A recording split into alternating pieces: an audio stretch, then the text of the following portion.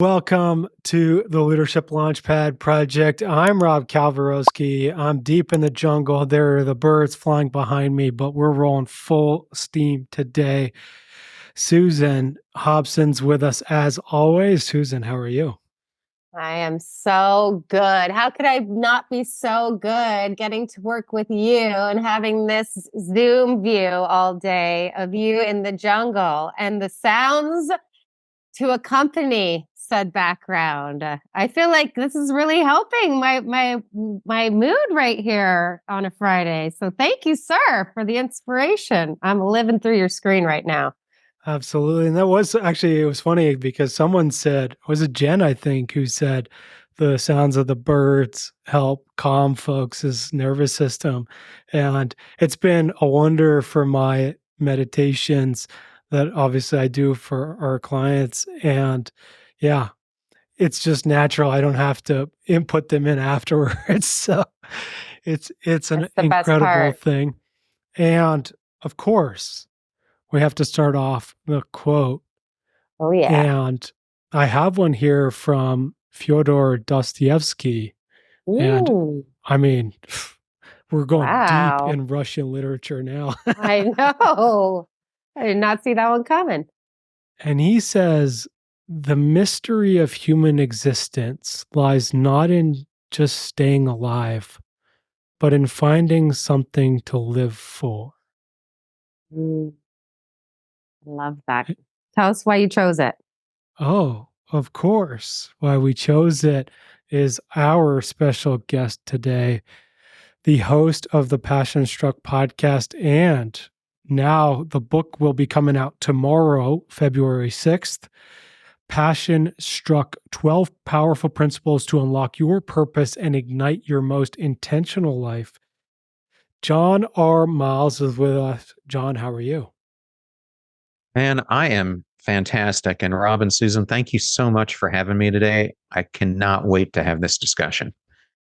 Yeah, John, of course, before we get more deeper into you in the book, what do you think about the quote? I love it because it really resonates with what the whole book is actually about, which is creating your ideal self and manifesting the self actualized version of yourself. And so I think it points directly to what's at the core of the work I've been doing now for almost a decade. Yeah, and that's where I'd love to go is, of course, you've been doing this work for a long time now. What was the journey up into your moment where you were like, this is what I'm supposed to do? Yeah, Rob, I think like many people, and I do tell this in the book, I think we go down this normal path of, we're born, we're raised as a kid, we then either go to trade school or pick up some skill or go to college, we get a job, have kids, get married, if we choose to do so, retire and die. And I think I was following that exact path. And some of it was pre-planned and some of it went in directions I never expected it to go. But what was planned is when I was coming out of high school, I had a very difficult decision to make. Do I go to a civilian school? And everyone in my family went to the University of Michigan. I'd gotten in. I think that's where everyone expected me to go. I had a scholarship.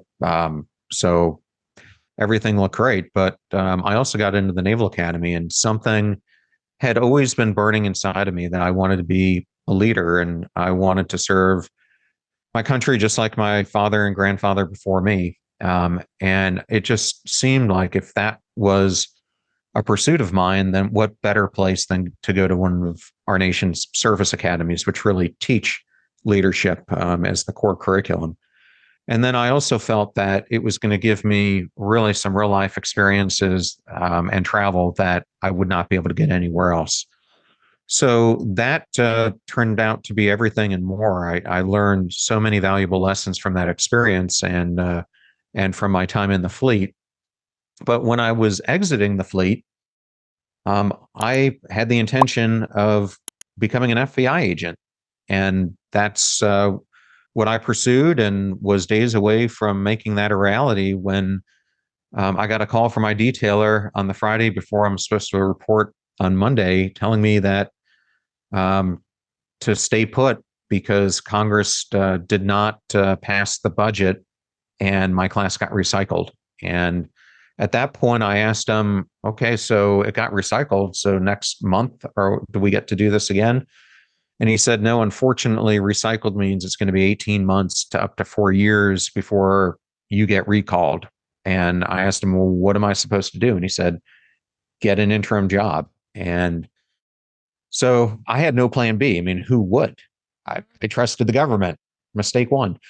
And, uh, and so it was one of the first times I was really forced into a reinvention that I did not anticipate. And I quickly went out, and the way I ended up pursuing this is I contacted the Naval Academy Alumni Association. And at that time, there was this book that was about 1,000 pages long that just listed every living Academy graduate from all the different service academies. And I just went in there and started looking at classes that were closer to me. And I just started shooting out letters because email wasn't that huge at that point. And then I was just cold calling people. And about 6 weeks later, fortunately, I had 3 job opportunities. And one was working on the assembly line at Honda. Another one was going to be becoming a software tester for WorldCom. And then the third one was the opportunity to become a management consultant with Booz Allen. And I think the transition for anyone coming out of the military is difficult. And to me, the best option I saw was to take the management consulting route because it was going to give me the broadest exposure and probably the easiest path between the two. And so that's what I ended up doing. And I was well into that path. I ended up leaving Booz, took a job with Anderson Business Consulting, and was leading their information security practice for the Southwest and their global threat analysis practice. And things were going great. I was on the verge of making partner. And then all of a sudden Enron hit. And I was based in Houston at the epicenter of all this. And within 3 weeks, my whole life changed again. I went from having this clear path to being a partner and staying in this career path the rest of my career, and then everything altered. And I again was thrust in this position of having to reinvent myself. And this time I decided I didn't like the insecurity I felt being a consultant. And so I took the leap into getting global experience and joined a Fortune 500 company, global company called Lendlease, based out of Australia, as their chief information security officer. And then proceeded down that path for the next decade, going from Lendlease to Lowe's, and then at Dell, where I was a senior executive. And it was at that point, kind of between that period, end of the time I was at Lowe's, kind of going into Dell, that I really started to hear this inner voice telling me that I wasn't on the right path. And I think I unintentionally had wound up in this place. And when I vectored into this career I never thought I would have, I think another thing happened. And that is along the way, I started to pursue the elements of it that ended up not bringing me fulfillment. And I think this is a journey so many people take because we get caught up in what Henry David Thoreau says is quiet desperation. We start pursuing the materialistic aspects of success, the things that like titles, accolades, the money, the house, the car, the possessions, everything else. And that's where I found myself. How does somebody go from that point where they're calibrating this little voice in their head or possibly in their gut, right? That tells them that they're not on the right path and that they're made for something different, maybe possibly more meaningful. How does somebody actually go there and start taking the steps so that they can figure what that path out is? Yeah, Susan, I'm going to address this, and I'm going to go back to the quote that Rob started the whole podcast with. Last year, I interviewed a friend of mine, Andreas Widmer. Andreas is a professor and started the business school at Catholic University in DC. But he is from Switzerland. And if you look at his life when he was 19 or 20, he talks about himself being listless. He had no idea what he wanted to do in life. And his parents encouraged him that to find it, maybe he should put his name in to become a Swiss Guard. And he ended up getting selected. He never thought he would, and became a Swiss Guard for Pope John Paul II. And the stories he tells about the Pope, he wrote a whole book about it, are just remarkable, because if you think everything about the Pope that they've got going on, I guess it's got to be like the president. There are just so many things that could be occupying his time. And yet he said when he was with Andreas or with anyone, it's like the world melted away. And the only thing that he really cared about in that moment was the person in front of him. And he could sense in Andreas that he didn't know what his life was about. And he mentored him to understand that the reason God put us all here is because he created us in our own uniqueness to go out there and discover that, and discover this problem that is existing in the world that only we, through our inherent gifts, are capable of tackling. And so Andreas, from there, really started to lean into that, realizing that this isn't like a light switch that you flip. It's the lifelong journey of fulfillment. And so that's, I guess, where I would lead the answer to this question, which is, obviously, I didn't get to that point overnight. I was probably 15 years into my career when it happened.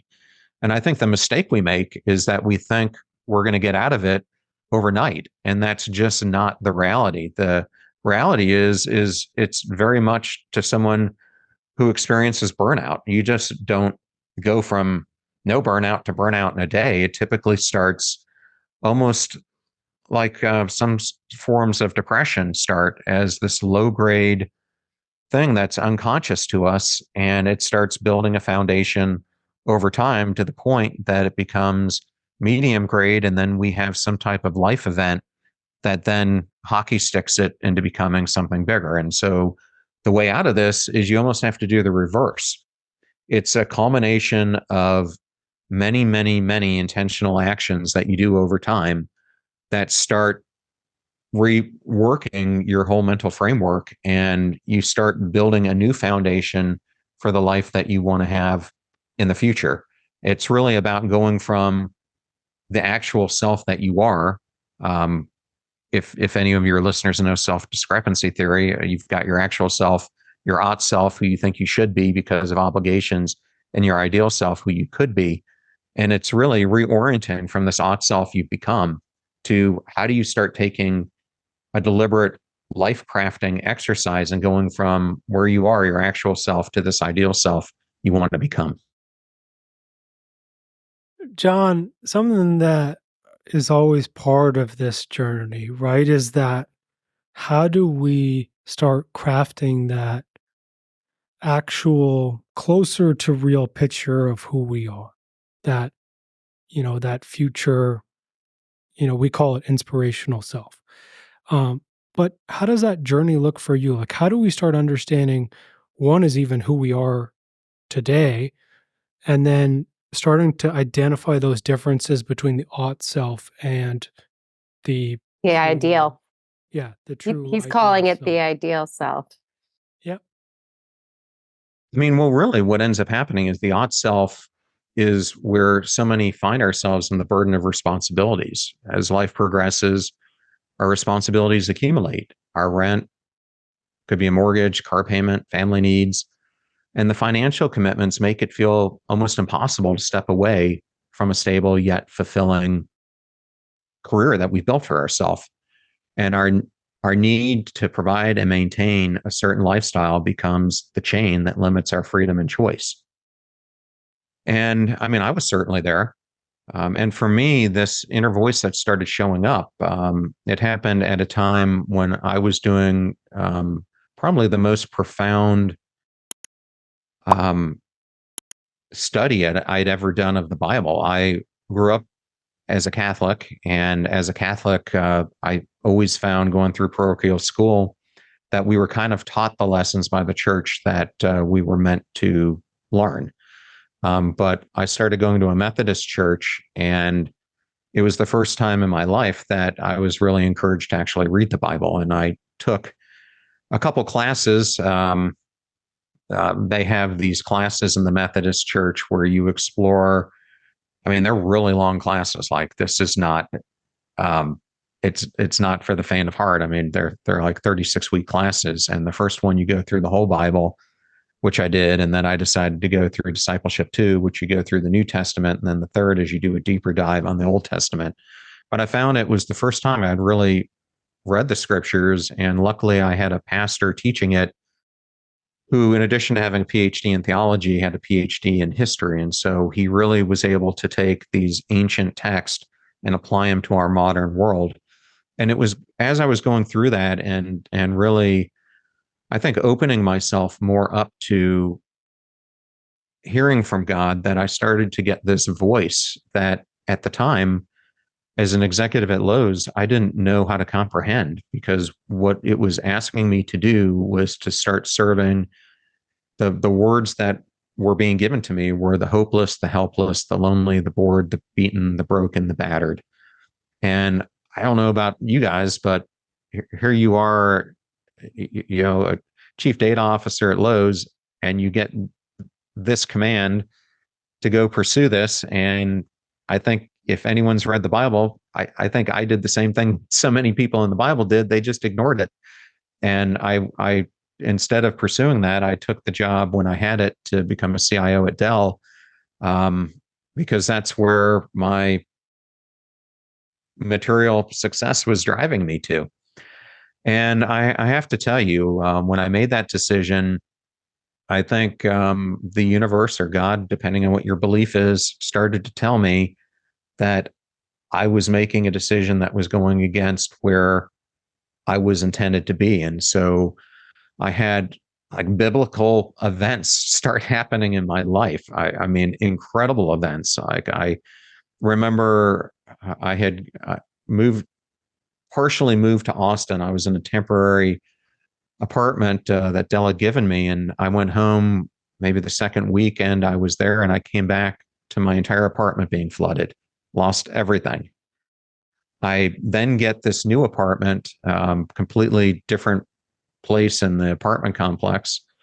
And about a week into that, I'm standing in the shower one day. I'd just come from a workout. And all of a sudden, as I'm taking the shower, I feel the stinging all over me. And I look down and I have scorpions all over my body. And they're falling from the ceiling. And it was just crazy because I reported it to the apartment complex. And they're like, "What are you talking about, scorpions? We've never had a problem with scorpions here." And they would send exterminators out.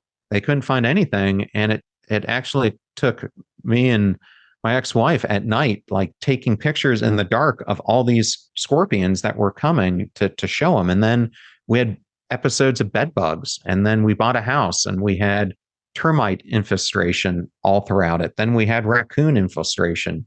I mean, it was like one thing after another. And I think that's the way that the universe kind of talks to you sometimes, is starts out as a whisper and it keeps getting louder and louder to get you to understand. And I mean, I wish, and if I could go back in time, I wish I would have started down this track earlier. But the more I look upon these things that happened to me, they were core learnings, they were adversity I had to go through. And I look back as they were steps on the journey I had to make me stronger in who I am today. But man, it was uncomfortable going through them. And so I'm not sure if any listener has had anything to that gravity, but to me, what ends up happening is we are getting these subtle signs that we are so distracted by the life around us that we don't even have the headspace and self-awareness and introspection to even hear. And I think what it amounts to is, if you're following this journey to becoming your unique self and exploiting it in the service of others, because your path is typically taking a more positive route. And I think once you start having other negative things in your life continuing to happen, it means that you're farther and farther from where you're supposed to be, is how I've come to look at understanding the gap. But to your question, we all have an ideal self that we should be pursuing. The unfortunate thing is that the vast majority of us never do it. And all you've got to do is look at the research that's come out of Cornell, led by psychologist Tom Gilovich, that talks to this. He studied thousands of individuals who, when they were asked as they were nearing their deathbed what the biggest regret they all had in life were, 76% of them came back with the same thing. And the simple fact is, it wasn't the mistakes that they had in life. It was the what ifs or could haves. It was not pursuing their ideal self. And it resonates almost exactly with Bronnie Ware's work that she's done in palliative care, that not pursuing our ideal self becomes the biggest regret any of us ever have. Ooh, I love this story because you know what? This is the thing Susan's that Rob also had scorpions coming out the shower head.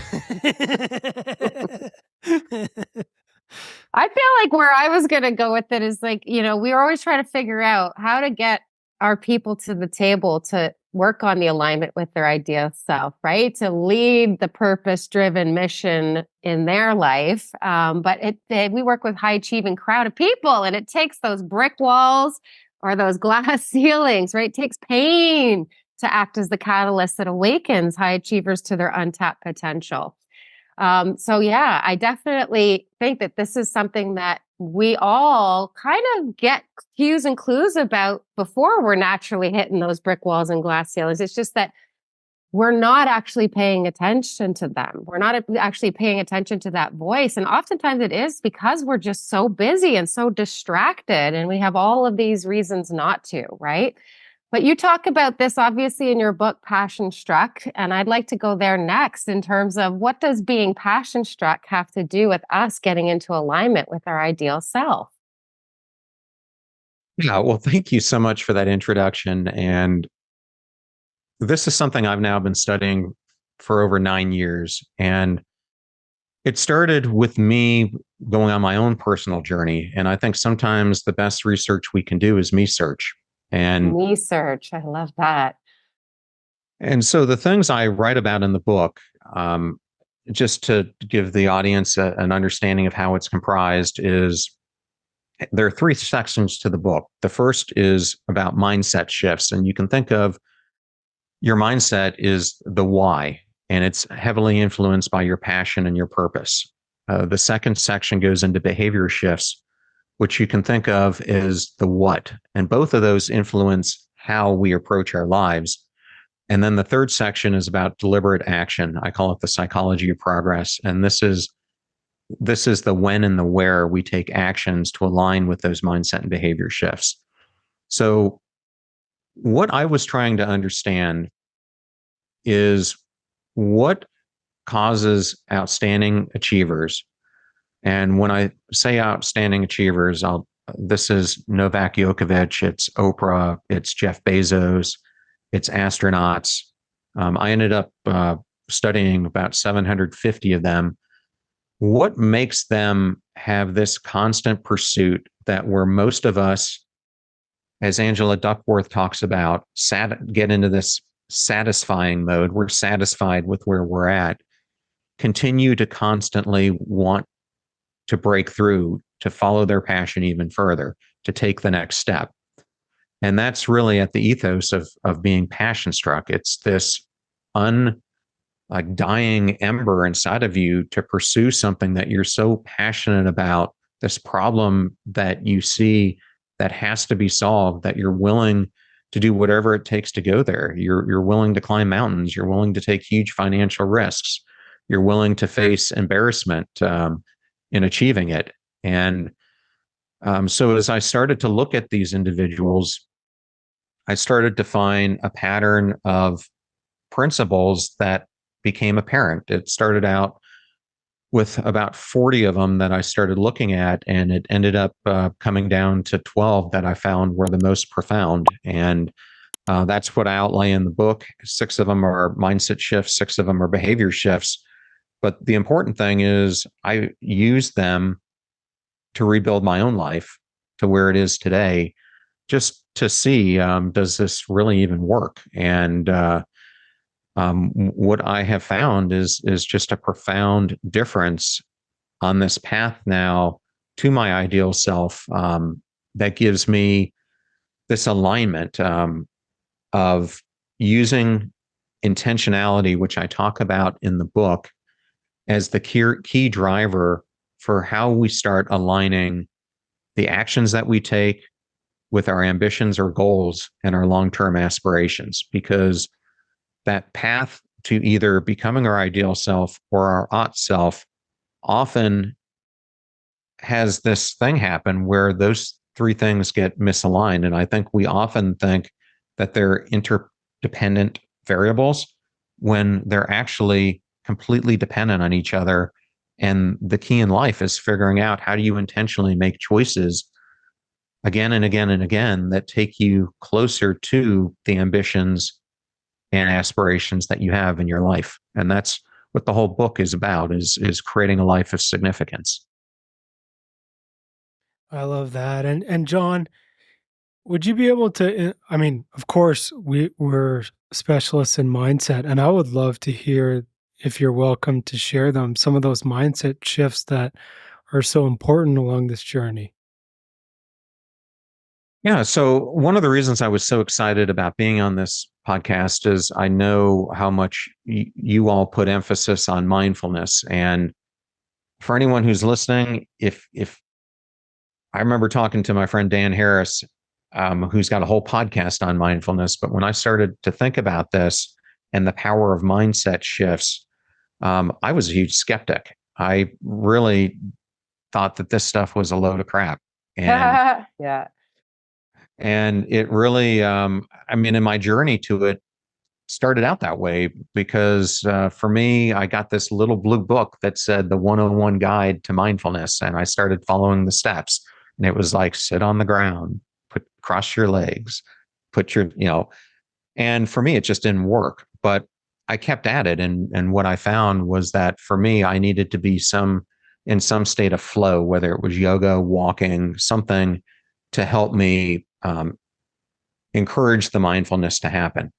That said, these mindset shifts, which are really a form of introspection, start with this concept I call being a mission angler. And so each one of these chapters has a nifty name because I wanted the reader to remember the principle. But this chapter is really about life crafting. It's what we've been talking about. It's intentionally approaching your life and crafting it in a way that aligns with the ideal self you want to be. And in each one of these chapters, to set it up, the way I discuss them is I set up the concept. I then introduce behavior science or psychology, that the real science behind how you do this and why it's important. Then I typically do a personal story of how this principle impacted my life. And then I go through and try to give 2 stories from some famous people, some not so famous people, about how they implemented it in their life. And in this first chapter, for instance, I cover Gary Vee and Jim McKelvey, who created Square. And then at the end of it, I give you key takeaways and then actionable exercises you can do. The next mindset shift is to be a brand reinventor. And this is really about the consistent approach in your life to reinvent yourself, which is something that, as I've studied outstanding individuals, they do on a continual basis. And all you have to do is look at Bono or Oprah or others to see how they continually do this. Bill Gates is another example. The third step is, once you've figured out this path to life crafting, you now are on this road to reinventing yourself. The next thing you're logically going to run into is this group of people or environment that you've been around is going to start seeing a tremendous shift in how you are approaching life. And oftentimes this comes with negative connotations of pushback into this life that you're wanting to lead. And so this chapter is called The Mosquito Auditor. And it's really about how do you audit out the mosquitoes in your life, these invisible influences that are hindering your progress. And then that leads us into the next mindset shift, which is around being a fear confronter. And this chapter is really about a concept that I call the visionary arsonist. We end up arsoning the very hopes and dreams and aspirations that we want in life. And what leads us to do this are things like self-doubt, imposter syndrome, perfectionism, achievement culture, all those things. And they get in the way of us achieving the very dreams we want to actuate. And I think what I try to really hone in on here is that the biggest competitor that we're ever going to experience in life is ourselves. And we get in our own way. And it talks about how you can break out of that situation. And then the fifth principle gets into something that I call perspective harnessing. And it's interesting. Earlier today, I interviewed Angela Duckworth, and she and I were talking about this. And she has a new book coming out, and it's all on the psychological underpinning of the decisions that we make based on traits or the situations that we're involved in. And her conclusion on this and what this chapter is all about is it's both and. And it really is, how do you shift your perspective from the linear thinking, the either or thinking that most of us are accustomed to doing cognitive restructuring and really starting to see that it's both our mind and our body. It's both self-awareness and self-compassion, etc. And then the last mindset shift in this section is something that I call the action creator. And it's really around this concept that we have to give ourselves permission to dream our dreams. And the important thing in this chapter, it really goes into the power of micro choices and why actions lead to actions. And it's a compounding effect. Where does a leader start, John, if they are so burnt out that they can't even imagine being passionate about anything? Like, what are the tips or strategies that you encourage people to explore when they're just trying to connect with a sense of passion and figure out what that is for them? Yeah, I think metaphors work well in these type of discussions. And one really worked well for me when I was stuck. And I was going to see a psychologist at the time. And I really advocate that if you're struggling, go see your career coach or a psychologist. Mine happened to be both. And after your initial sessions of getting to know someone, I think my fourth session, he had me come in and he wanted me to do a visualization session. And so he had me close my eyes and picture my life. And that I was going into my kitchen and there was a stool there that I was going to sit on. And he said, I want you to sit on this stool. Picture yourself there. He goes, now I want you to think about what's underneath that stool. And he goes, in your life right now, it's got one huge support that's holding it up, and it's the constant grind. And he said, I want you to visualize what's happening with that constant grind. I said, it's causing me to topple over. I mean, at that point, I felt numb. I felt apathetic. I was feeling depressed. And he goes, well, what's going to happen if this continues? I go, I'm going to topple over and there's nothing that's going to catch me. And he was right. He goes, now I want you to think about if you could start approaching your ideal self in a different way. I want you to think about sitting on that stool, but now it's got multiple supports under it. And you can pick as many as you want, but think about what you want to orient your life around. And for me, those pillars became focuses on physical health, mental health, emotional health, spiritual health, relationship health, etc. And I give this analogy because I think the mistake that we make when we're at this point is it's like New Year's resolutions. It's instead of trying to make one small change, we tried to make a whole bunch of them all at one time. And it's why 85% of people fail at doing them. And I think the same thing when it comes to trying to change our life. And so what I would encourage you to do is pick the pillar of the stool that you think is causing the most heaviness in your life and start there. And so for me, at that point in time, it was really my emotional health. And so the first thing I knew I needed to do was to continue in this routine of getting the outside support that I needed and staying up with that and not being one of these people who did it haphazardly, because then you make strides and then you make like one step forward and 4 steps back. But it was really putting myself into intentional discomfort, because for me, it really required me to go through cognitive processing therapy and prolonged exposure therapy for some of the trauma that was underpinning some of the self-beliefs that I had about myself. And then it was really doing the inner work to then start doing that deeper introspection that had been missing in my life, to start pondering, what was that message that God was trying to send me when he was telling me he wanted me to serve these people, and really doubling down on it. Because my marketing campaign couldn't be, I'm going to go out and help the beaten, bored, and broken in the world. Who's going to buy that service? But it really got me to start thinking about, like, at the core of it, like, what was it that I was really feeling? And was it really that I was apathetic? Was it really that I was numb? Or were those just symptoms of something greater? And I determined over time that was really something greater. And that greater was that I felt like I didn't matter. Like I was going through the motions, but I didn't feel significant. Like I'd go to work and I'd show up, but nothing was bringing me inner fulfillment. I didn't feel like people around me thought I mattered. And I just started going down this spiral. And I don't think I'm alone. If you look at just what Gallup points out, their work alone, and there are many other people reporting on this, but they're showing that there are 900 million people in 142 countries that feel unfulfilled.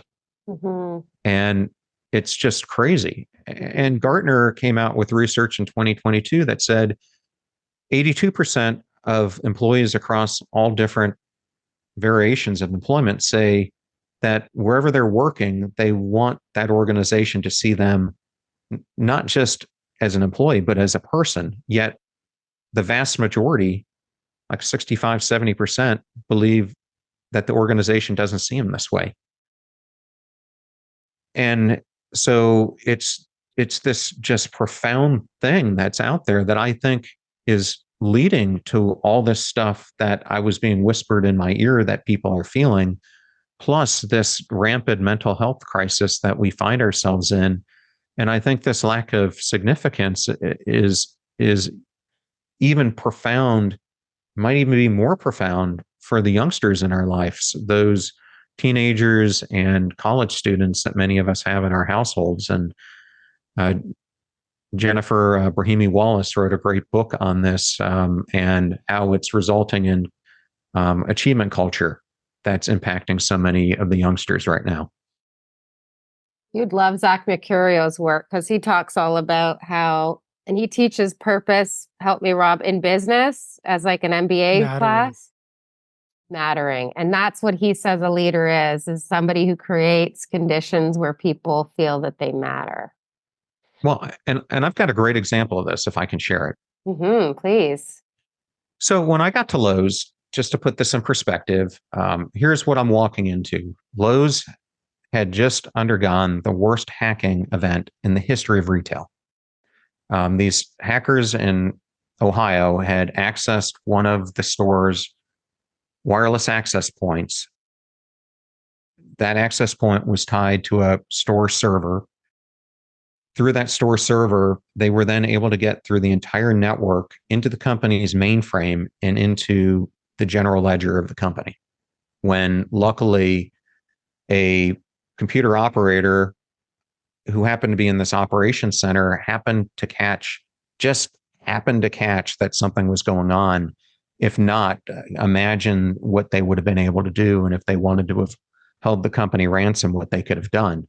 So I walk into this situation and I'm taking over this very function that this operator was part of and being asked to overhaul the information security of the entire firm.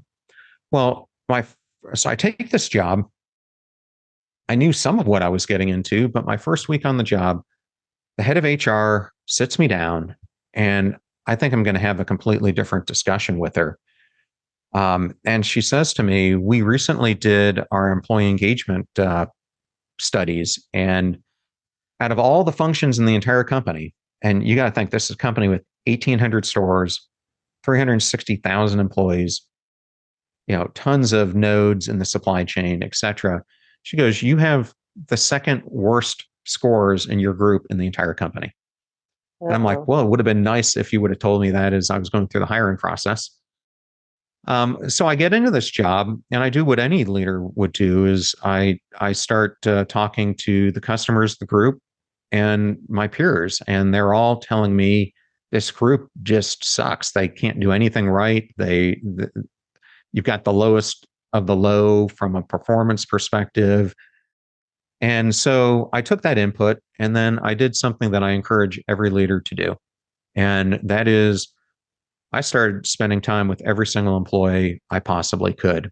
And if that meant I had to get up at 3 o'clock in the morning to sit with people who were on a 24-hour watch rotation, I did it. I went to distribution centers. I went to our data centers. I talked to everyone. And what I came to the realization of after talking to them is that the vast majority had no idea how their job mattered in the big scheme of things. They didn't understand what it meant to the corporate strategy. They didn't understand what it meant to people who were doing customer service or to the end customer at all. And so they had no line of sight and they had no sense that what they were doing had any profound difference on anything. And the second I reversed that and started to give them that clear line of sight, but more empowerment to be themselves influencers of how they wanted to reshape the organization, everything started to change. And when I left, I ended up getting moved about 24, 26 months later.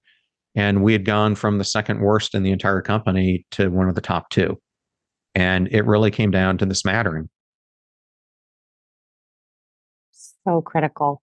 That's such an amazing story. And John, we got to ask you before we get you out of here, our favorite question to ask folks. What do you want your legacy to be?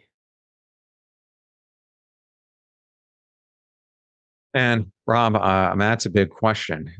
So I wrote the book. I mean, the question I often get is if you were in your 20s again, what would you tell your 20-something-year-old self? And I would tell myself to read this damn book. I mean, I wrote it, I dedicated it to my kids who are 25 and 19, because I want them to have the path to realization. But I guess if I really wanted people on this podcast to understand and what I want my legacy to be, is I want them to understand that the most incredible person, the most outstanding person you were ever going to meet in your life is you. And the second that you start believing in that, your life is going to change. The second biggest thing is what I talked about earlier, that our biggest competitor is also ourselves. And once you start telling yourself you can't, it's going to fundamentally create an upper level limit, like Guy Hendricks talks about. And you're going to reach it and you're going to plateau and you're going to end up where I'm at. So the legacy that I'm hoping I can create with this is I want to influence systematic change in the world. I am hoping I'm at the start of influencing a revolution of mattering where people feel significance in their life. And I think if more and more of this starts happening and we can promote people thinking about their lives and approaching it differently, a lot of these epidemics that are ongoing throughout the world, whether it's loneliness or the mental health difficulties or hopelessness or other things that people are feeling, will start to dissipate, and we'll stop having the confrontations we're having and everything else. And I also hope that people realize that the most happiness and contentment that you are ever going to find is because of the relationships that you cultivate. I mean, just look at the work that Bob Waldinger is doing out of Harvard and the Harvard studies on adult aging, which shows through looking at 8 decades worth of examining people that that's at the core. The other thing that's at the core, if you look at all the blue zones throughout the world, in addition to the relationships, is those people who live the longest have a deep passion and purpose in their life that is what they get up in the morning to achieve. It's that significance in their life. So if you can mirror what I talk about in the book, which is passion and perseverance, which Angela Duckworth calls grit, with the added addition of intentionally making choices that align your actions with your aspirations and ambitions, it's going to lead you to a place of greatness in your life. Or at least it'll lead you to Costa Rica. Yeah, there you go. In Rob's case. Alrighty, folks. What an incredible interview. And if you, obviously, as you're listening to this, Passion Struck, the book, available February 6th. So if you're listening to this on release, it's going to be tomorrow. Otherwise, get it. And you can also find John, passionstruck.com. Obviously, his podcast, Passion Struck, wherever you're listening to the Leadership Launchpad, just search for it and you'll find it there. John, is there anywhere else you want folks to find you? Yeah, the only thing I would like people to say is if you want to buy the book, it's the first week, you're still part of the pre-sale week. And so I have cultivated specifically for the community behind this book 2 incredible ebooks and a masterclass that you would get access to. One of the ebooks is on something in the book that I call the deliberate action process that I've been using for 20 years to 10x everything in my life. Another one is a guide to intrinsic motivation. And then I do a masterclass on finding your purpose that you get access to if you go to passionstruck.com/passionstruck book and put in your order information. The other thing that I've curated is part of the book, I talk about the 5 levels on the continuum of becoming passion struck. And I've curated a quiz that you can take. It's on the homepage. It'll take you about 20 minutes. Well, it has 20 questions. It'll take you about 10 minutes. And it'll show you where you're at and then what the next steps you can take are. I just put my info in for that quiz, so I'm going to take it later and see where I'm at. But I love this. And of course, obviously, hit subscribe to Leadership Launchpad Project on your favorite podcast platform. And we also just launched our Legacy League community. And as part of it, it's very similar idea to you, John, is we're having folks craft their legacy versions of themselves and then take those deliberate actions towards becoming that person. And so we have a free mini course right now on legacy. And of course, you can get that elitehighperformance.com/legacy league, 2 months free. Join us in there. You'll be able to get new content each week, interact with all your elite coaches, as well as the community. So get in there today. Someone who's, of course, both passion-driven and perseverance, or embodies perseverance. Susan, where do you want to leave? How did I know that today? That was a setup for me. The jumbling right? words are not working for me today. In the jungle. I just think, it's Oprah Winfrey. We were talking about her a second ago, I believe, in this interview. And she talks about how it starts with like that gust of wind, which is the whisper in your ear, right? That something needs to change. And when you ignore that whisper, and eventually it turns into a brick upside the head. So please don't, if you're listening to this interview and this is resonating with you, take that as the call, the whisper. Don't wait for the brick walls, please. Get out there and get passion struck. We've got this phenomenal resource in this book that's going to tell us exactly how to get on that purpose-driven path. And as you've heard from all three of us here in the room, because that's the lifestyle that we enjoy, that is definitely something that you won't regret doing upstream. I actually think you should be going to the schools and offering this in the school system. This is the other thing we'll have to have you back to discuss. I can't understand why we're not making this a textbook in our school systems, but we'll save that for a later date. Thank you, John, for being here. I'm really excited to read your book. Well, thank you guys so much for having me. It was my honor, and it's always an honor when I get to serve another podcast community, because I know how hard it is to curate one. Absolutely. It definitely isn't easy. And for me, what I want to just echo for folks, and I totally resonate with a lot of John's journey. And the thing I want to resonate or just reinforce for folks is this, what we always talk about on the show is self-leadership, right? And this is taking deliberate action towards living our purpose and becoming the legacy leader that we want to have.